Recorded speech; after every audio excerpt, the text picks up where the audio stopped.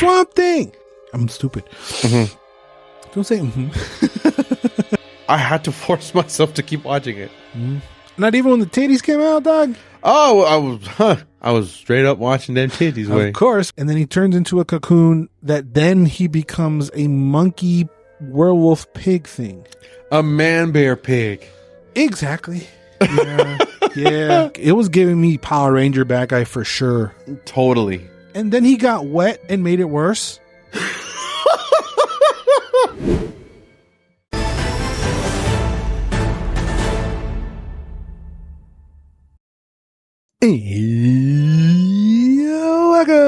to the list. This is a show where we pluck out a name out of an all-time movie, watch it, review it, have a conversation, drop a couple facts in the movie.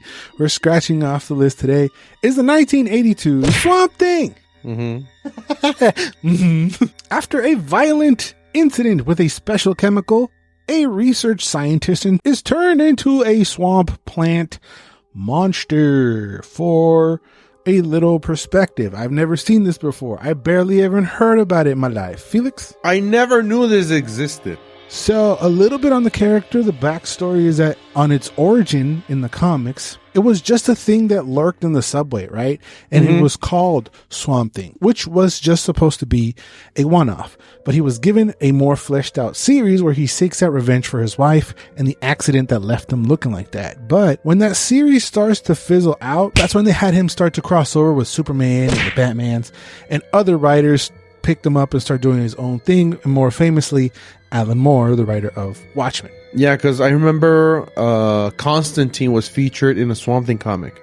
I'm sure there's so many iterations. It's kind of has a little cult following. It's so obscure, I feel like, that it has a lot of fans. They're just not as loud as everybody else. Yeah, that's true. What we didn't know either going in is this is actually a Wes Craven film. He did this 2 movies before he put out his hit Nightmare on Elm Street. So it's hard to like have a standard as to what this is going to be because it happened before his big hurrah. You know what I'm saying? Wes Craven. What did I say? West. Puta madre. Wes Craven. Whatever. I'm so stupid. You already know. So yeah, it's hard to have expectations for something when the expectations should come after the thing that gave him expectations. You know what I'm trying to say? Because you only get better the more movies you do. But I did see some Cravenisms in here. It wasn't completely like, what the hell, like completely different from it. The quality is kind of still there. I see it. I got it. I understood. Well, good for you, because I didn't. Oh, okay. You're down on this movie, huh? Oh, very, very, very not down with this movie. Well, I'm not sitting here saying it's like a fantastic thing. I'm sitting here saying it's okay. Like, it's in the middle of the road. We've seen more terrible things from this era. And the swamp setting is one that I was like, I don't remember spending a whole lot of time in a movie around a swamp like this. And it felt different. What I do applaud them doing is most of it is during the day. Yeah, which seems counterintuitive. You would want to do the Swamp Thing at night because he will look cooler on camera or something. I don't know. It was weird. Yeah, because in the most recent Swamp Thing series, most of it happens during night or like very waning light. Yeah. So it's like, okay, watching him attack and do all his during the day was very cool. I thought it was a very interesting thing. Like, why would you do that? But that does not save it for me. So the gist of the movie is that they're trying to build a formula for reasons, and this government agent shows up to try to protect the scientist, and then the bad guys want the formula that they're working on. The doctor eventually creates the formula, and he just kisses the agent. It was weird. It was kind of like, yeah, I did it, and just grabs her and they kiss again. It was like, what? It just weird. I know it's the times, but it just came off weird on screen. That felt super awkward. I was like, doctor, no. Yeah. The bad guys come in for the formula, and the guy that was leading the whole investigation pulls a Mission Impossible, takes his very cool mask off, and reveals that he's actually the bad guy. Yeah, I was like, what the... What? I felt like that was jumping through too many hurdles. And then in this struggle, he trips and falls, spills the formula all over himself, setting himself on fire, which that was a kind of cool effect. And then he jumps into the swamps. Oh, yeah. And the fact that the agent is in the floor. He just runs past through her, and we're like, oh. Well, she's knocked out, so she doesn't actually get to see who the bad guy is. Well, quote unquote, because I remember that she grabs the notebook and hides it under her. After they run out, I guess, to go see, because that was cool. Back to your point of everything is in the day. When it was at night, the whole thing had this very cool green tone when he jumps into the water and they're standing in the swamps. That looked cool. I wanted a little bit more of that. We don't get to see his face that early on, but you can kind of see the prosthetics were decent, I guess. Mm-hmm. Later on in some of the action scenes, you can actually see that it's ripped in the back, but it happened so fast that you can forgive it. When we do see his face, he's kind of messed up. He's kind of like he's got a little Ben Affleck Batman or who was it, or Bale Batman, that he can't turn his neck around. Simon. Well, also Keaton. So he is a little chunky, and sometimes when he moves, the suit does bend in awkward ways, making you obviously notice that that's a damn suit. Mm-hmm. But for the time, I gave it a pass. I don't know how you felt about that. I also gave it a pass, but it just harkened me back to the Creature of the Black Lagoon and how good that suit was. Yeah, I wonder how much the black and white helped, though, for that. I would imagine it helped a lot. So at one point, they're talking about him because he keeps saving the girl, right? And they don't know who it is. Which one? At one point, the bad guy's talking about it, and then they just cut to him, and he's just randomly screaming. Well, you better speak to him yourself, sir.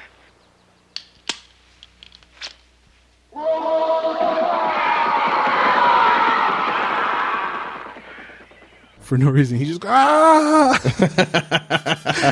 But I did like the very far shots of him walking through the swamps. That kind of looked cool. But then again, when you come up to close up on him, you can totally see the suit and all that. Yeah, those far shots were very cool and reminded me of a Bigfoot type thing. So exactly. It made it feel very cryptid-y. A creature that's walking around. Yeah. There is some action. There's actually a handful of stunts here. He throws a lot of people on the swamp.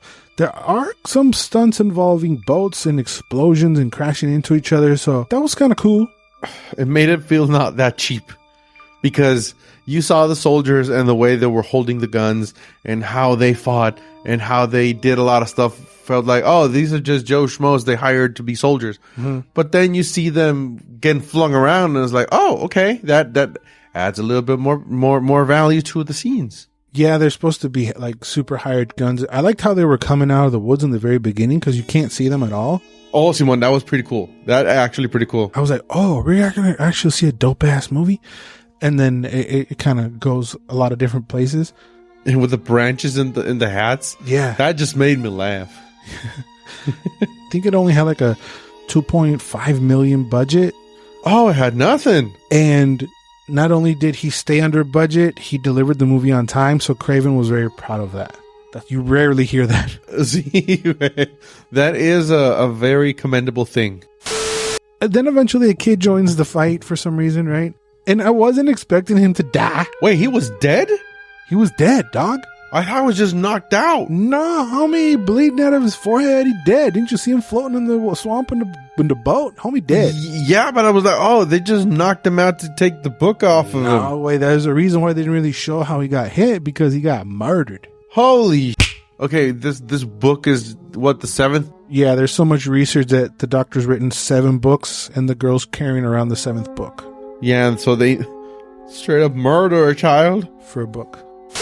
Eventually, Swamp Thing loses his arm, and then he crushes the one homie with one hand.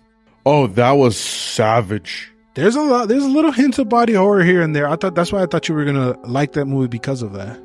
No, I liked the body horror, but the movie dragged way too much. You felt really? Yeah, I had to force myself to keep watching it. Mm-hmm. Not even when the titties came out, dog? Oh, I was straight up watching them titties. Of course, because she eventually figures out that it's the doctor, and then she takes a bath for some reason, and you can see some titties. Oh, she was busty. She had some floating device for sure.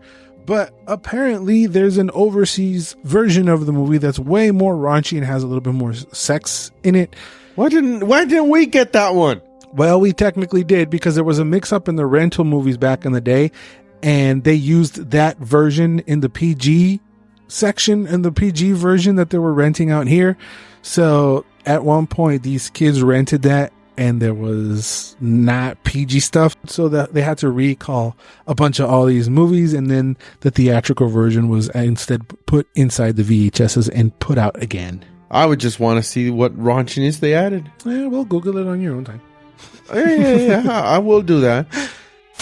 After we see titties, they get caught, and in my opinion, this is where the movie goes downhill. This is well into the third act. One of the baddies, Bruno, was tricked, or he was promoted, I guess, into taking the formula, so he starts to transform, and he transformed into this little monkey werewolf thing.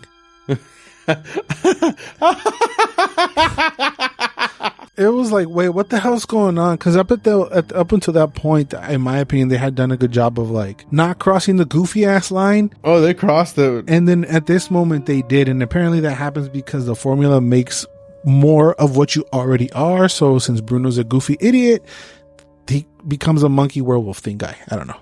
Although I thought he was gonna be like a right when he turned into that monkey werewolf, but no, he was more eloquent.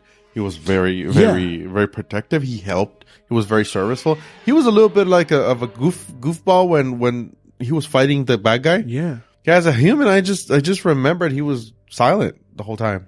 Right, and then he showed more character as a little monkey werewolf thing. Simon. So then the bad guy takes the formula, and then there's some cool body horror there with his hands. That looked kind of cool and creepy. And then he turns into a cocoon that then he becomes a monkey werewolf pig thing. A ManBearPig. Exactly. Yeah. Yeah. This one did not look good at all. The monkey werewolf guy with Bruno looked okay. This was horrible. You could totally tell that he's wearing, like, it was giving me Power Ranger bad guy for sure. Totally. And then he got wet and made it worse.